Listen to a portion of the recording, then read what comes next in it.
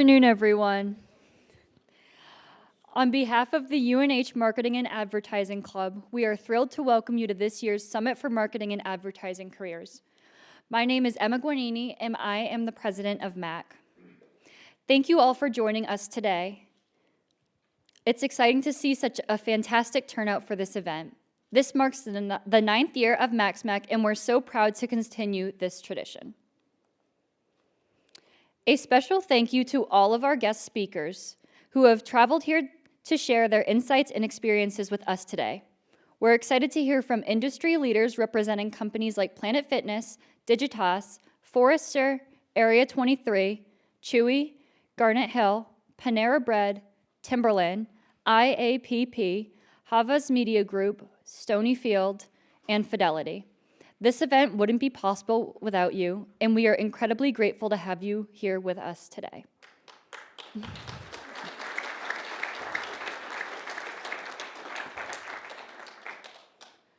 I would also like to thank our Dean, Lucy Gilson, our Marketing Department Chair, Ludwig Bastiller, along with Carrie Rosalia, and Paul College's faculty and staff, especially Tom Trella, Kevin Poliquin, Laura Sutherland, and Shayna Silva. Thank you all for your help and support with this year's Smac. This event is made possible thanks to the Peter T. Paul Innovation Fund, the Dean's Office, and the Marketing Department.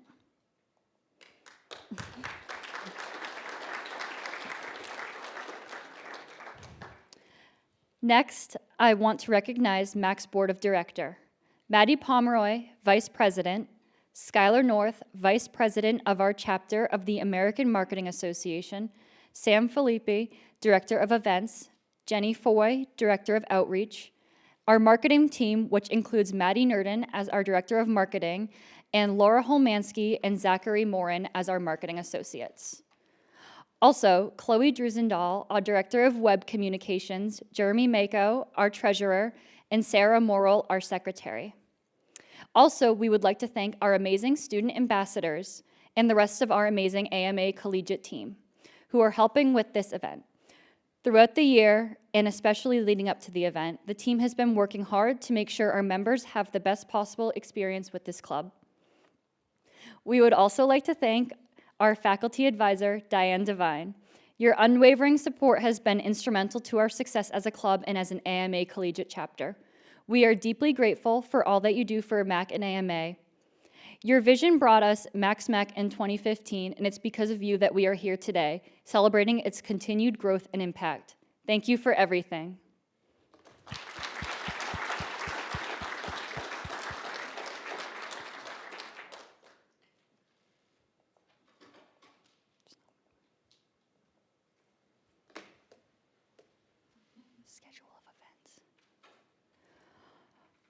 Next, for our schedule of events, which will be up on the screen shortly, we're excited to share today's full schedule of events. Thank you. We've just concluded an incredible round of the Real World Business Challenge and also hosted the UNH Marketing and Advertising Career Fair.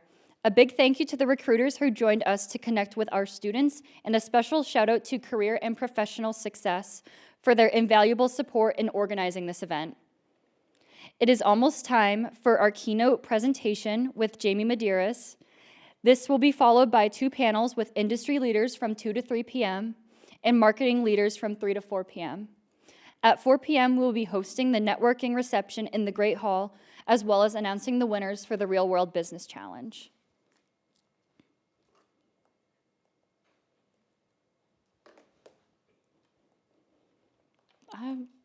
Sorry, guys. I don't know what's going on right now with the slides. Only likes Diane.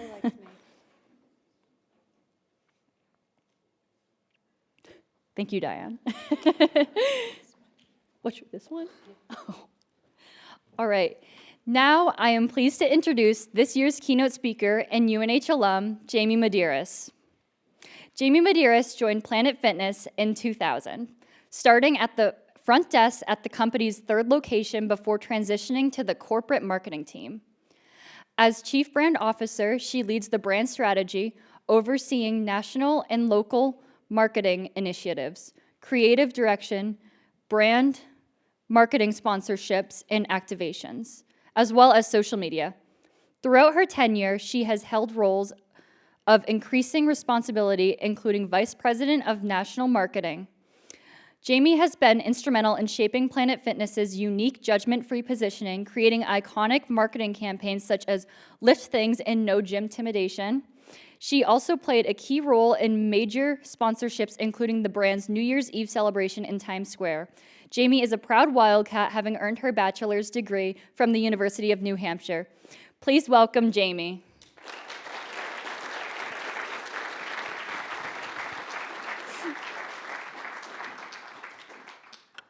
Thank you. Hi, everyone. And Emma, thank you so much. So just a quick story about Emma this morning. I was late in coming here. I don't know if any of you had a detour coming in to the university, but poor Emma met me in the parking lot with her hair like flying. She knocks on my window. She's like, "Are you Jamie?" I'm like, I am Jamie. And she got me this VIP parking spot right out front. So I appreciate you. Thank you for everything. Thank you to Diane for keeping me on task, getting my presentation to you all. Super excited to be here. And before I get started with how Planet Fitness is bringing the brand to life every day, I just wanted to spend a minute and talk through my maybe bumpy path to get to the role I'm in today. I started at UNH in the year 2000 and was working at Planet Fitness at the time and started behind the front desk, checking members in, signing people up, cleaning a little bit, and had a part-time job there through college. It was great. I had a little bit of income. And in 2003, the company decided that we were going to franchise, and they needed help in marketing. And so coming out of graduation, I was able to start right away. And through networking and talking to people, others that I graduated with had these amazing jobs lined up. And, we talked about how, what we were going to do after.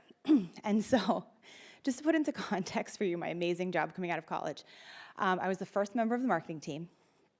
And our office was this tiny little farmhouse on 155 here in Madbury. And the founders of the company had the 3 bedrooms. I was in what was probably the dining room. And my 2 colleagues were in the front foyer area. And I laugh because at the time, it wasn't all that funny to me, but now I think back and I'm like, oh, it kind of helped build, my, personal brand. I was printing letters every single day and then stuffing them and mailing them. So I had this big, huge machine that essentially did this for me.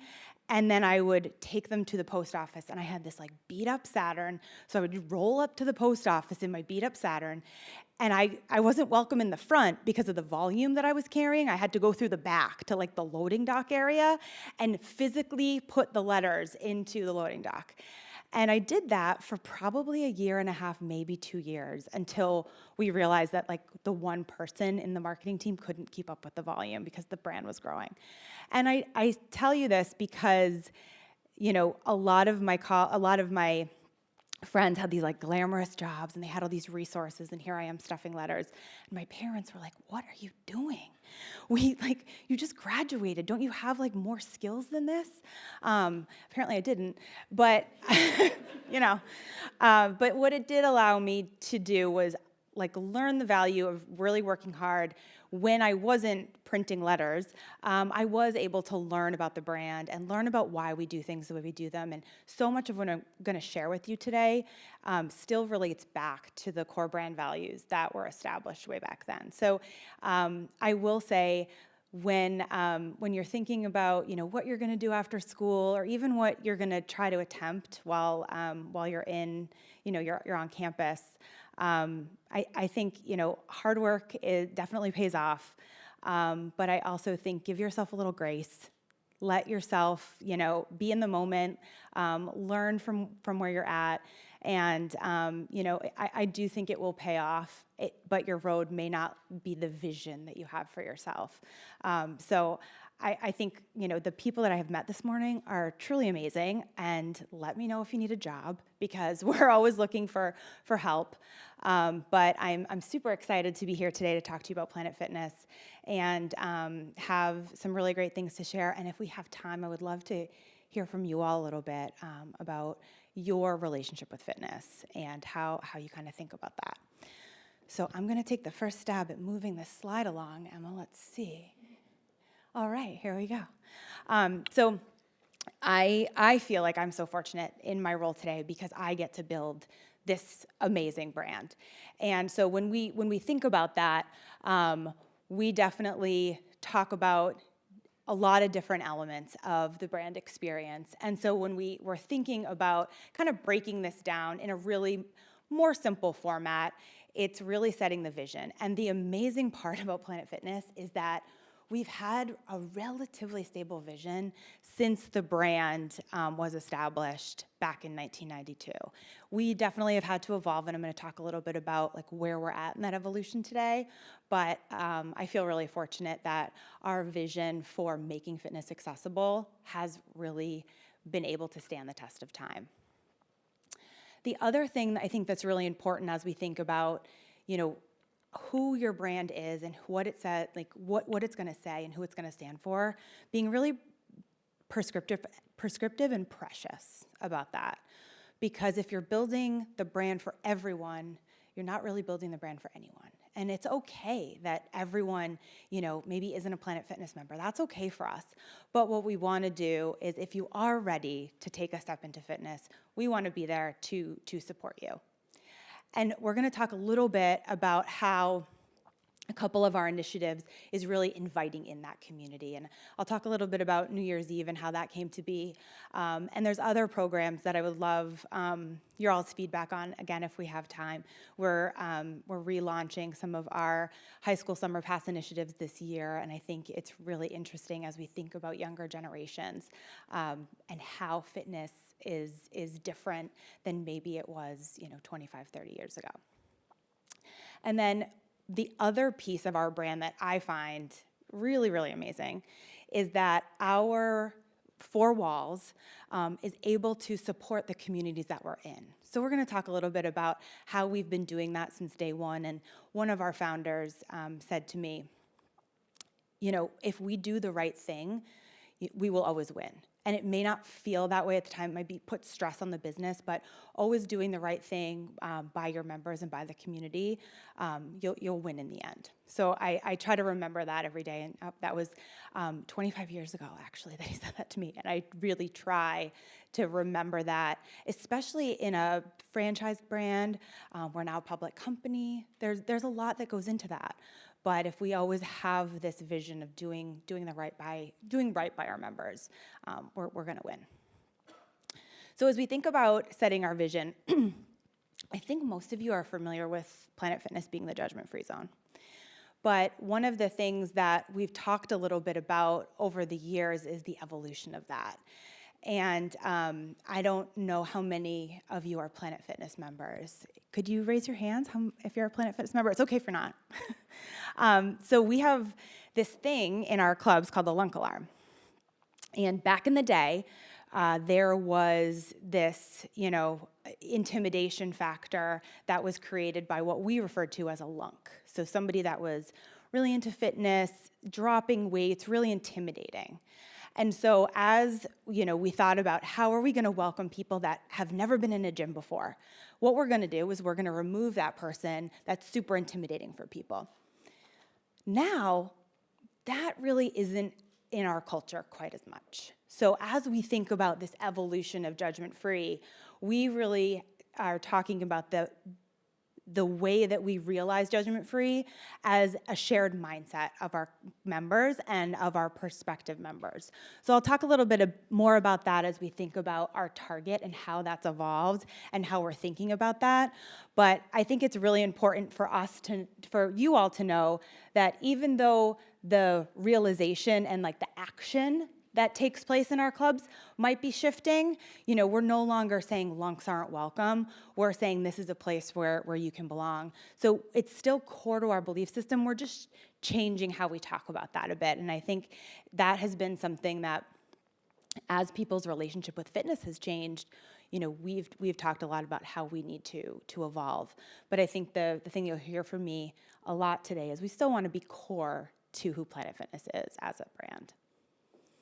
So as we think about, putting a statement out there, and we definitely talk a lot about a brand house and how we're going to deliver on our brand house. And essentially, it's just pieces of language that help guide any of our marketing efforts. So this is part of our brand house. And one of the things that we talk about a lot is this idea of community and the idea that we want people to be proud of their Planet Fitness membership. And how do we build the brand so that people are proud? And what actions can we take, maybe in the club or not in the club, which we'll talk about in a little bit, to make people proud of their Planet Fitness membership? Maybe, wear our merchandise more, or talk to their friends and refer their friends. So that's something we talk a lot about. And having the brand, be around since 1992, that's a constant conversation that we have to have as marketers. What are we doing? How are we acting different? How are we leveling up the actions that we take as a brand? Because, you could argue that we've had some challenges as a brand, and which every brand does, but how do we rise above that and come out winning in the end?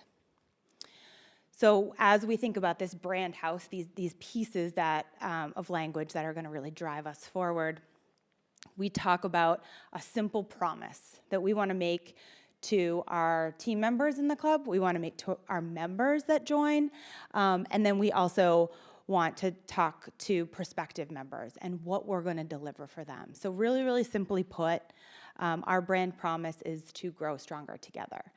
And we talk about this a lot in our organization.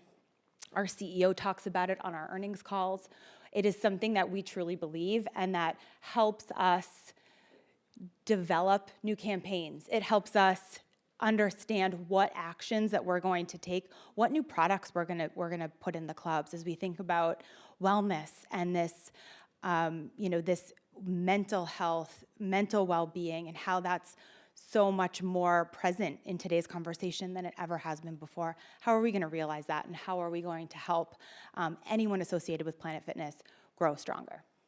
We, the members of Planet Fitness, we show up, we put in the work, we high five, we head nod, we keep going. We know working out isn't easy. We get it. We see you. We will help you keep going and smile through it. We go the extra mile. We rest when we need it. We've got goals. We don't try to be perfect, but we always try to be better. And we are not alone. We are a collective of personal powerhouses. We honor the effort. Together, we will not be underestimated. We will prove ourselves and the world strong. We will show up for ourselves and one another, because we know we'll feel even better each time we do. So we'll do it again tomorrow, growing stronger together.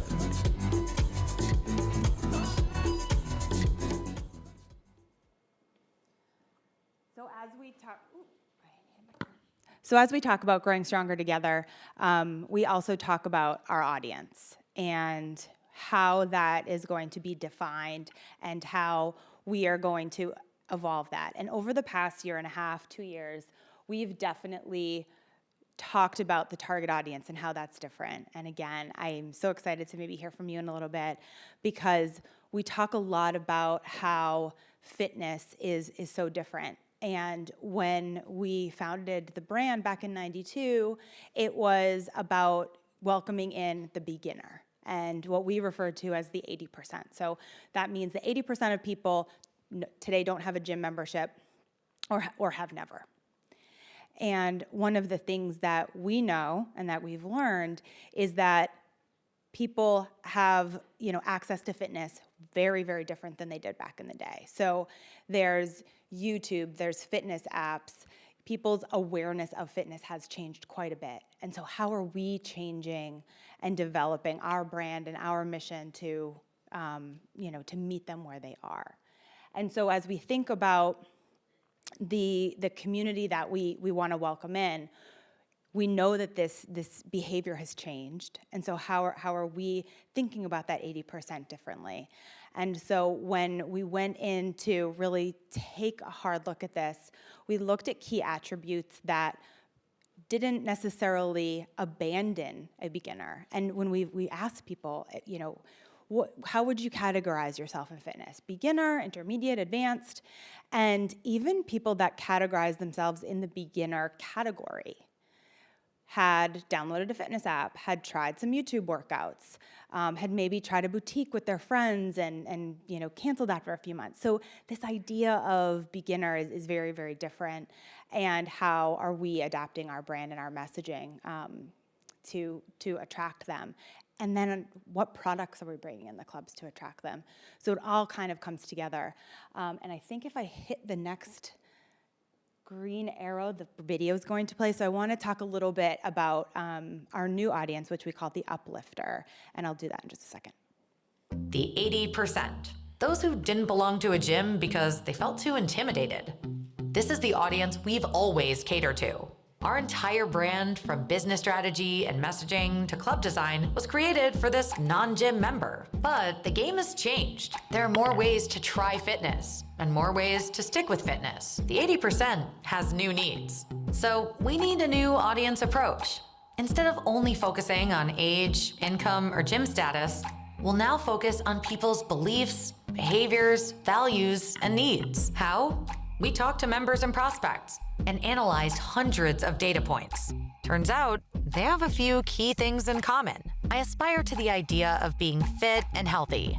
My friendship group is a really important part of my life. I tend to not pass judgment on other people. I like to work hard and play hard. These shared sentiments define our new aspirational audience, the uplifter, the people who give their all and enjoy life and fitness at the same time. Their positive energy lifts themselves and each other up every single day. Now, it's time to call all uplifters to build the most inspiring fitness community on the planet. Well, I'll just keep talking while the slide maybe reloads, should I press the arrow and see? Oh, there we are. Okay. So the uplifter. As we've developed this, key target audience, I will tell you, it has been a shift for Planet Fitness. We've talked about the 80% for years, but we aren't abandoning them. We are simply saying, we know fitness has evolved. We know that our target audience has evolved. And so we're going to develop this mindset, this aspirational audience. And I think, as people kind of identify with their core belief systems or how their relationship with fitness either has changed or they're starting something new, we love this idea that, people want to put in the work. They want to enjoy their workout. And so this is how, we've been talking about our new target. And I think the most important thing is it's not a one-size-fits-all. We want to try to unite people under some shared beliefs, which you'll see here. Friendship groups are important. They love the idea of camaraderie, this idea of balance. 20 years ago, we weren't talking about balance as much as we are today, or well-being or wellness. And so how are we incorporating that into our brand? Mental benefits of working out are really important to this group.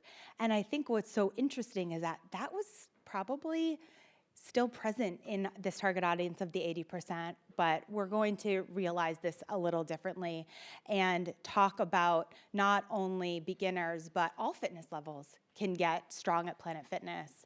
And in the work that we just launched this Q1, that was very present for us. If we think about a marketing brief, our brief was, we need to show the world that you can get strong here, that you don't need to graduate from Planet Fitness, that we have the equipment that you need. And so it all kind of manifests, not just words on a page or in a brand book, but real life examples of how the campaign comes to life based on some of this strategy.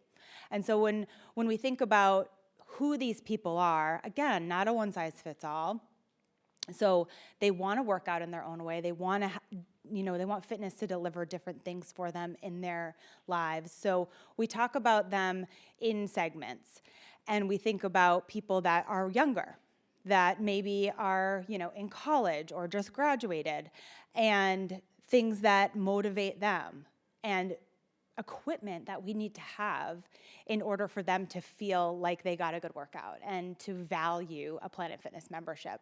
So we talk about Tyler, and he knows that he is seeing a bunch of fitness influencers in his feeds and is kind of turned off by that. So how are we talking to him, and maybe how we're talking to him differently, but still in this idea of this uplifter mindset? Because we know, Tyler's friendship group is important to him, and we know Tyler needs balance in his life. We also talk about people that are maybe a little more advanced in fitness. So I would say my husband is probably in this category. If he doesn't work out each day, he is a bear to deal with. I love him a lot, but I definitely want to give him his space to get his workout in. So that's a bit like Jaden. Jaden needs to work out. He's a bit more advanced, and he uses the gym as stress relief. And so how are we messaging to him? How are we delivering him the message in the right channel for him? We talk a lot about that. And then still uniting him in this uplifter mindset. He still has those attributes. So it's a really interesting way to think about how are we delivering different messages to different people, but really uniting under one mindset. And then Kate, we definitely are seeing a huge spike in Gen Z and millennial joins at Planet Fitness. But we also know that longevity and staying healthy as you get older is important too. And so how are we building the brand? How are we messaging to not alienate our friend Kate? And so as Kate thinks about, maybe prioritizing cardio a little bit more, how are we still staying relevant for Kate? And again, it's not necessarily building the brand for everyone to be all things, but all of these people definitely embrace this idea of an uplifter mindset and maybe don't know that right away. They maybe wouldn't categorize themselves, but we know based on our member behavior, we know based on key attributes that we see in our data, that all these people are united. And when we think about media targeting, that's who we're going after. And that's what enables us to really craft our messages. So as we think about, obviously building the brand, setting a vision, knowing who your audience is, how are we inviting them in, and how are we doing that in a fun way? And I think part of the reason I love working at Planet Fitness so much is because we do have a lot of fun and we don't take ourselves too seriously. But we also want to show up in really fun places. And so as we think about our audience and we think about this shift, this is a big shift for us, that all levels can get a great workout at Planet Fitness. How are we showing up differently? How are we showing up so that we are building the brand? So one of the things that we talked about as Q1 is such an important time frame for us. It was a big moment for us to say, we've done all this work. We've redeveloped our brand house. We've invented who our target audience is. How are we going to show up and say, Planet Fitness isn't what you think it is? Because so many people for such a long time have had exposure to the brand. And we see a lot of re-engagement with people that have canceled and come back. But what is that reappraisal, and how can we make that a more defined message as we think about our important Q1 timeframe? And so through the creative process, we developed our new campaign, where we're all strong on this planet. And I think that as we oversimplify the marketing brief and say you can get strong at Planet Fitness, this was the campaign that led us to delivering that for Q1. And so we went through a lot of back and forth with our creative brief, because I think if we were to ask people, they would say, well, you can't really get strong at Planet Fitness. It's a beginner gym, and I need to graduate in order to really achieve my fitness goals. And that this is a big perception shift that we launched in Q1, and we're currently working on. So we're continuing to monitor and test to understand if the message is resonating. At Planet Fitness, no two members are alike. Their routines are different. They use different equipment. 1, 2, Okay. And they do it for different reasons. all right. You're a mythical beast. But they all have one thing in common. Hey, you got this. Come on. They're all strong. That's right. We're all strong on this planet. Planet Fitness. One more, everybody. One more? I got 5 more. At Planet Fitness, no two members are alike. Check out the newest strength equipment at Planet Fitness. Join today for $1 down and save. We're trying new machines in the new year. We're building new muscles. Finding new face. New focus. New bench. Love that new equipment smell. So, you in? Join the club today. Save $28 or more when you join for just $1 down, $15 a month. Cancel anytime. Deal ends January 10th. Planet Fitness. We're all strong on this planet.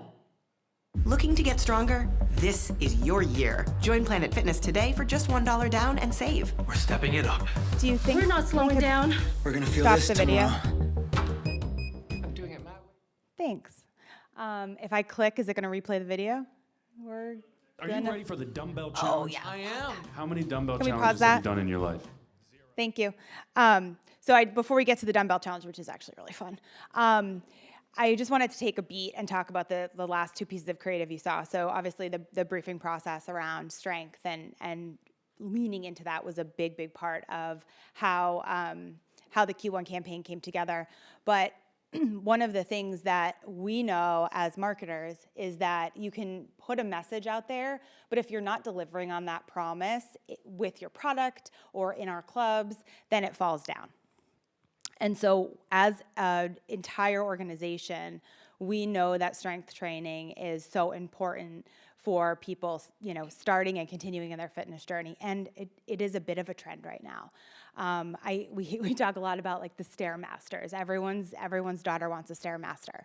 So I worked with our team, and as we thought about what could we do to really show this idea and kind of debunk this myth that you can't get strong at Planet Fitness. So we worked collectively, brought in new pieces of strength equipment to 75% of our clubs for Q1. So we were not only saying you can get strong at Planet Fitness, but the equipment that you've been wanting, we're going to deliver to you. So that was a really big moment for us to say we can pull these things into action and we can really deliver on that brand promise of growing stronger together and create this kind of bridge to debunking perceptions. And so that doesn't come overnight. And so as things are coming together for our marketing plans, there's a lot of conversation around like how heavy are the dumbbells at Planet Fitness. And back in the day, I will tell you, we reduced the weight of the dumbbell at Planet Fitness because we were trying to create this welcoming atmosphere. Times have changed.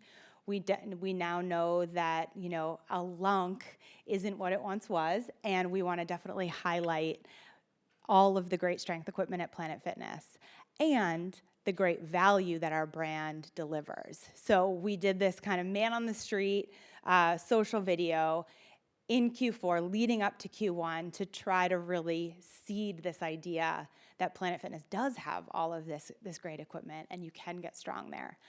I don't know if we're able to start that video from the beginning. That would be amazing if we could. But we're Are you ready for the dumbbell challenge? I am. How many dumbbell challenges have you done in your life?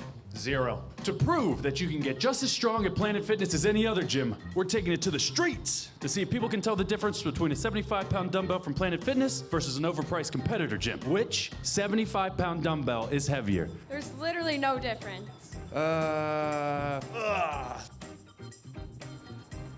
Okay, the old flick test, that never fails. Excuse me, sir. Would you say that 75 pounds is 75 pounds? Yes. Thank you.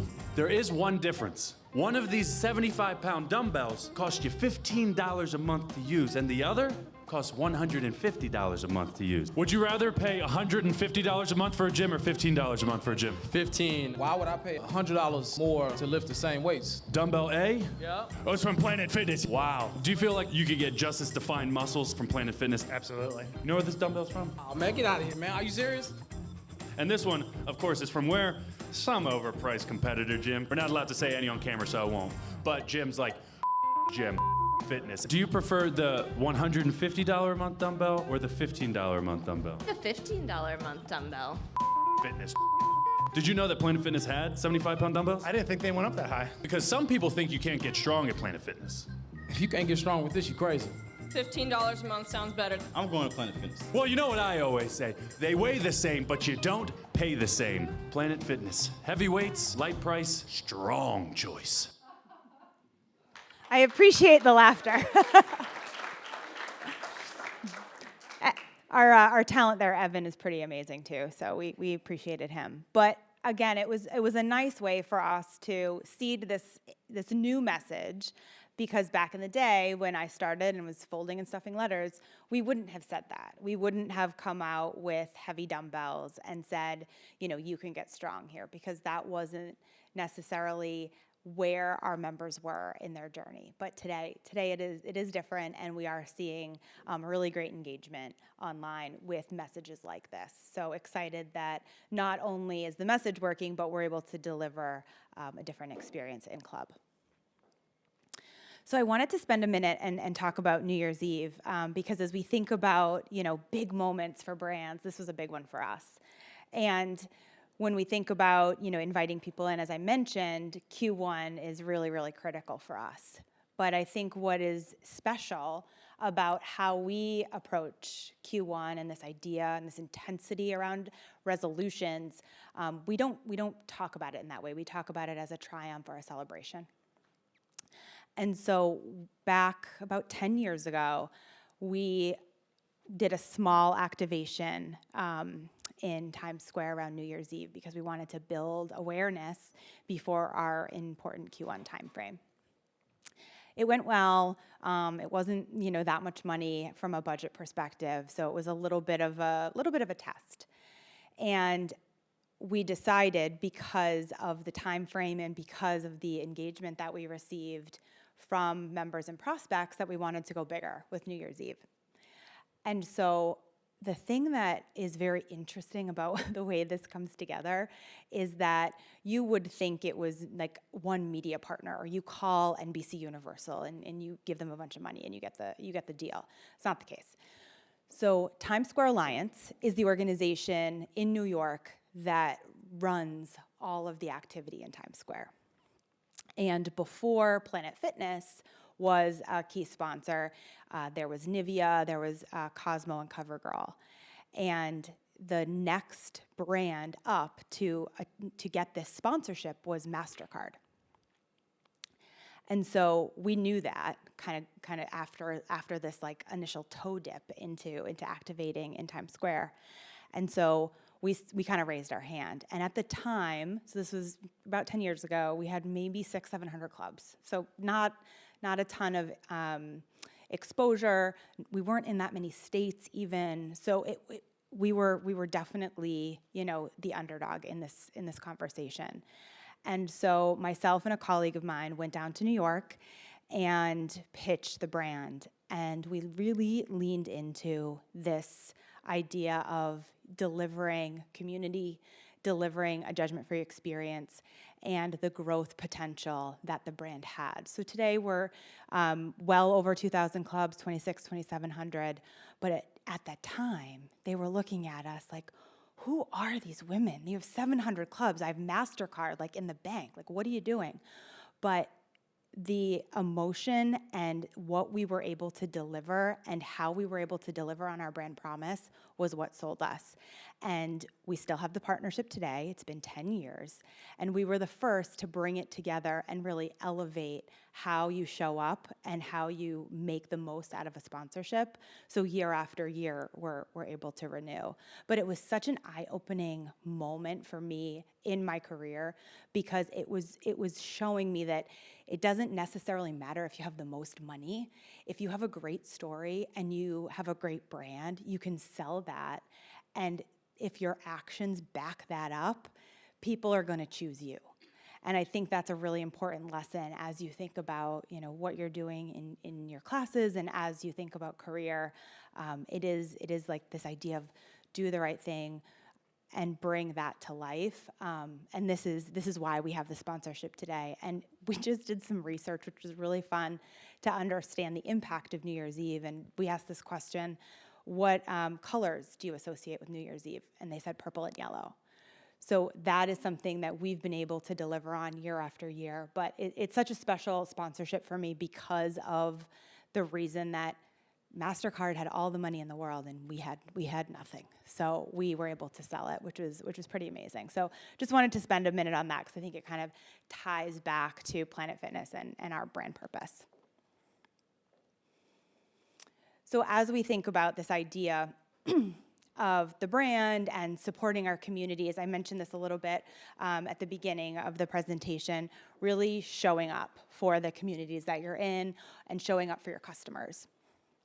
So even back in the day, I will say that this is something that the brand activated against in times of need. So as I mentioned, our founder said, you know, we will win if we always do the right thing.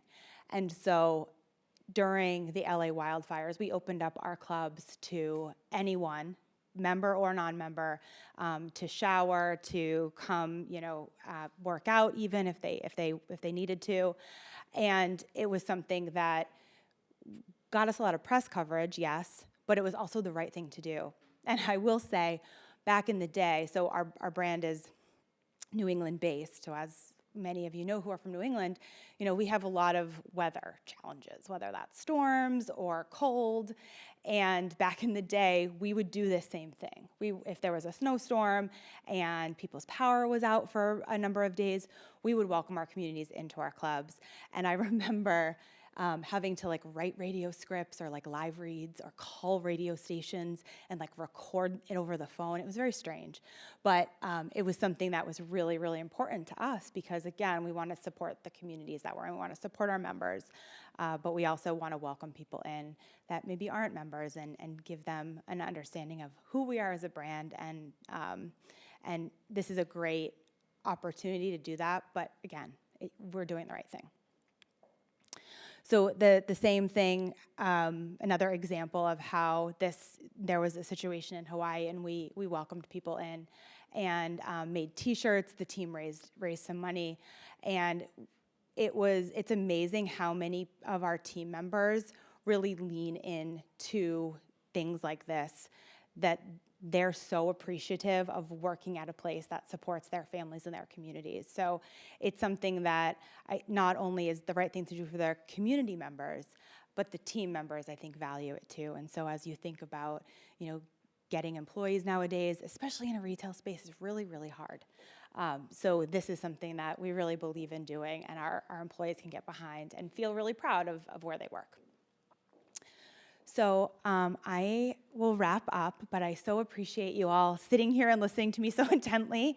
Thank you so much to Emma and the entire organization. Do you have time for questions? Perfect. Thank you so much, Jamie. Your keynote presentation was fantastic. We're going to jump into some questions right now. We have some time for a few.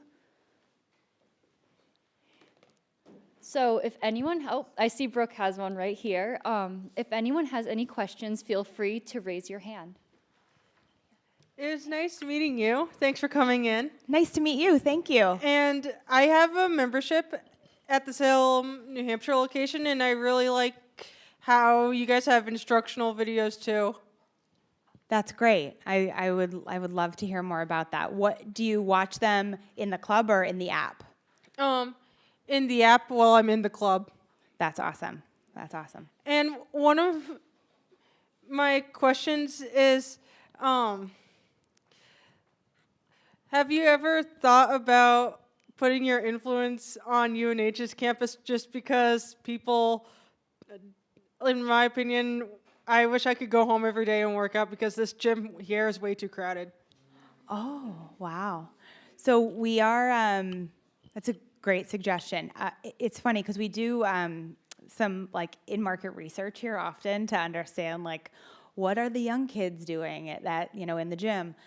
But great suggestion and something we should definitely consider. We also have a program, High School Summer Pass, that's going to launch again this summer where you can get a membership for free.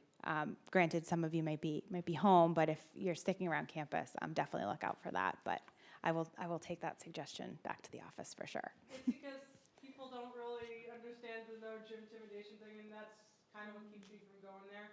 And also, sometimes people can act a little bit like lunks.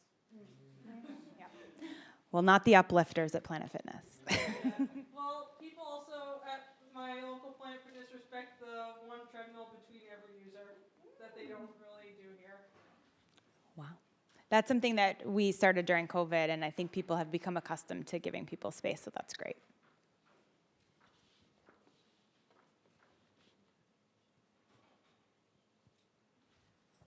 Yeah, Drayton, hi. Your presentation was great, and I certainly have admired what Planet Fitness has done over the years, and what Which you is a have done. big thing coming from you. Voila. But I am curious, the commitment to the community, I mean, you clearly live that out. And knowing your franchise situation, have you found that once your franchisees are a part of your brand, they know that's core to your DNA? Are you finding there's sometimes some folks are a little more generous than others? Just curious on how you're able to consistently show up knowing you have so many different owners.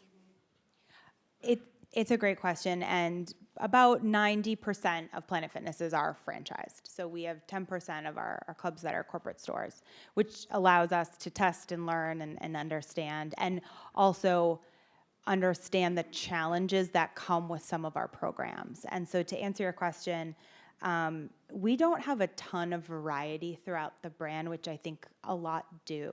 However, you definitely have to prove it out to them. As a franchisee, as someone that is putting a lot of money into building the brand, we have to show them the why.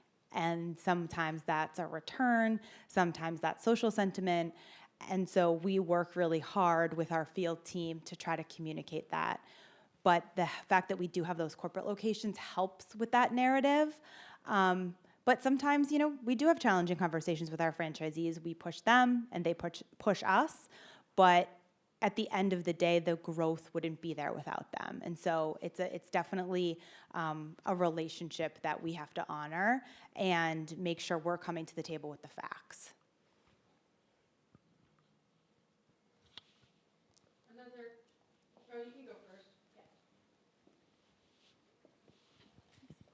I'm sure you're aware, but the fitness influencers online have become really, really big.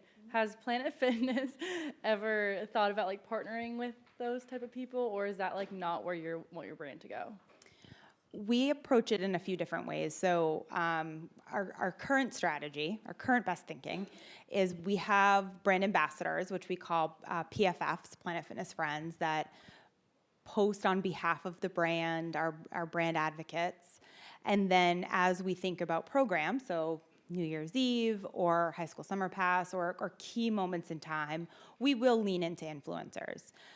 We just had Livy Dunn recently do some work with us, and she has been just an amazing partner. But there is a balance for us to be really authentic with who is posting on behalf of the brand because of what we stand for. And so we really try to lean into real members as much as we can. But we all know in order to get our message out there, we need the reach of influencers at times. But it's a great question and something we talk a lot about, and what is that balance? We're always trying to understand what's getting us the reach, but what is being authentic.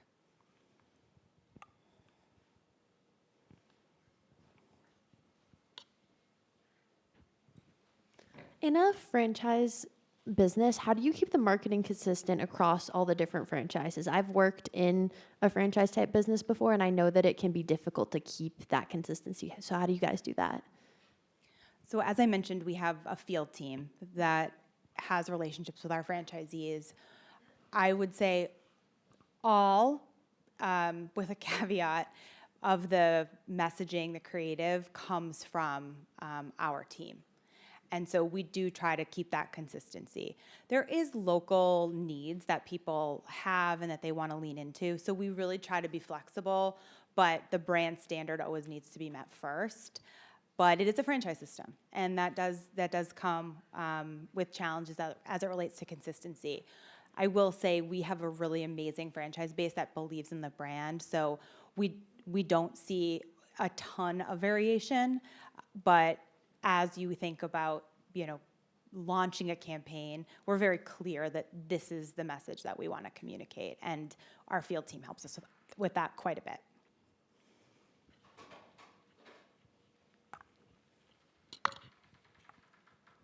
So I think you have some questions for our Gen Z audience. I do. That would be great. If anyone is willing to share, I would love to understand maybe if your relationship to fitness and maybe your older sibling or maybe even your parents is different, and if you could talk about the key differences there, or if that's too much, what is the one or two pieces of equipment that you find to be most effective or seek out when, choosing, a fitness partner?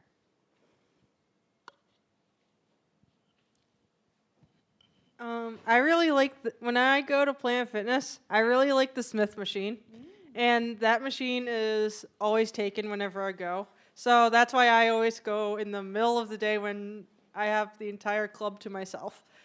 And also, with my parents, my mom, she kind of does yard work for her exercise. And my dad, he kind of runs, except he doesn't really have good form. That's amazing. And my sister's a dancer, and she's more in shape than me. I mean, dancing is an amazing form of exercise. And I will say, neither of my parents had a gym membership growing up. And so as I think about people having a different relationship to fitness, we talk a lot about that. So would love to hear. I was actually considering joining me this summer when my sister is also doing the teen summer pass for the last time because she's 18 and going to go off to college this coming fall. So therefore, 3 out of 4 of us would probably be in there this summer. Amazing. Can't wait to see you. For me, regarding my family versus what I do, my parents go to the YMCA because it's more of a community, and my parents like to take different classes.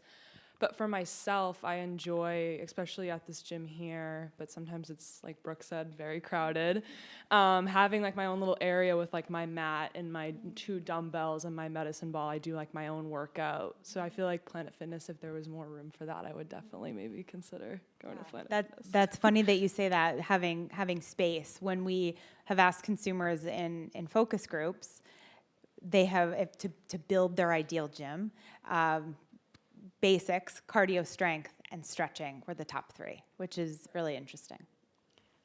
I'm going to talk about my family for a minute. So for me, I do Pilates, and some of my Pilates buds are here today, twice a week. So I don't really go to Planet Fitness, but I also do a boot camp, and I play a lot of tennis. Let me know if I can get you a membership. Yeah. But my daughter is a member. And what she loves about it is the Black Club membership, because that allows her to go, she travels for work, she's a geologist, and it allows her to go to any Planet Fitness anywhere, and that's what she loves about that. And she does a lot of the elliptical, and she works with the weights, and she's 30, 31. And then my husband, who is also here, is a big elliptical fanatic. So that for him is great. But yeah, I'll have to look into that Planet Fitness membership. Close your ears, Joanne. Okay.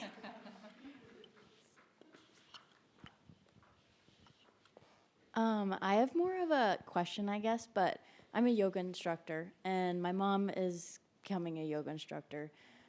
So I'm around like a lot of people that go to those Pilates studios and the heated yoga studios, and there's some popping up on every corner, I feel like.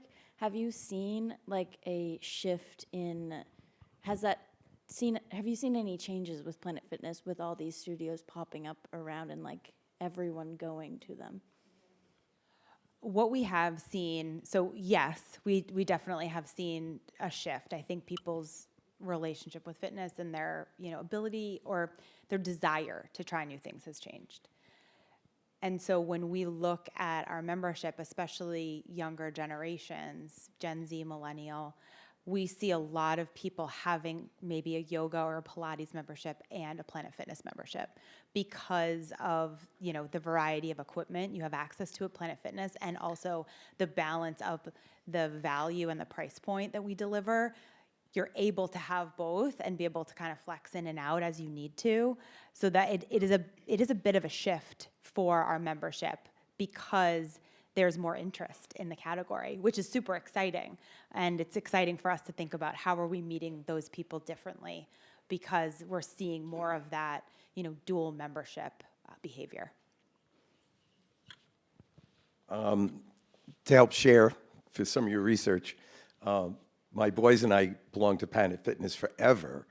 And then I found there wasn't rowing machines. So I wound up going to another gym to get that. Now I noticed, I guess you have them now. My other son, he needs the 150-pound dumbbell, not the 75. And then my oldest son loves it. He's got the black card. And actually, I'm very intrigued by what you showed, and I think I'm going to go back and take a look, because I think it's very clever that you're reaching out to people. Like, you couldn't do deadlifts in the day. I bet you probably can do it today, right? Yeah, and that, I think, was one of the things that made folks who wanted just a little bit more to do that. And I think you're very smart to address that and still keep the no lunk mentality. So that's a good way to do it. Thank you. Let me know about the locations that you and your sons. Okay. There's quite a bit that has changed in Stratham, as I know. So I can get you an equipment list even if you would like.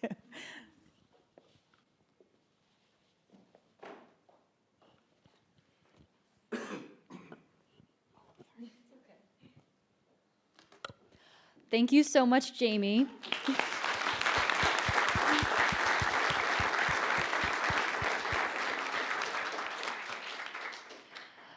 That was such an insightful keynote. I really loved how a lot of the stuff you talked about, such as the consumer personas, relate to what us UNH students are learning in our marketing courses. It's really cool to see that being in your job.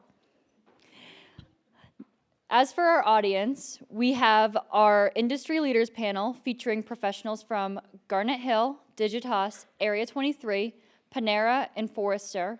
Please hang tight for about 5 minutes while we transition into the first panel. Thank you.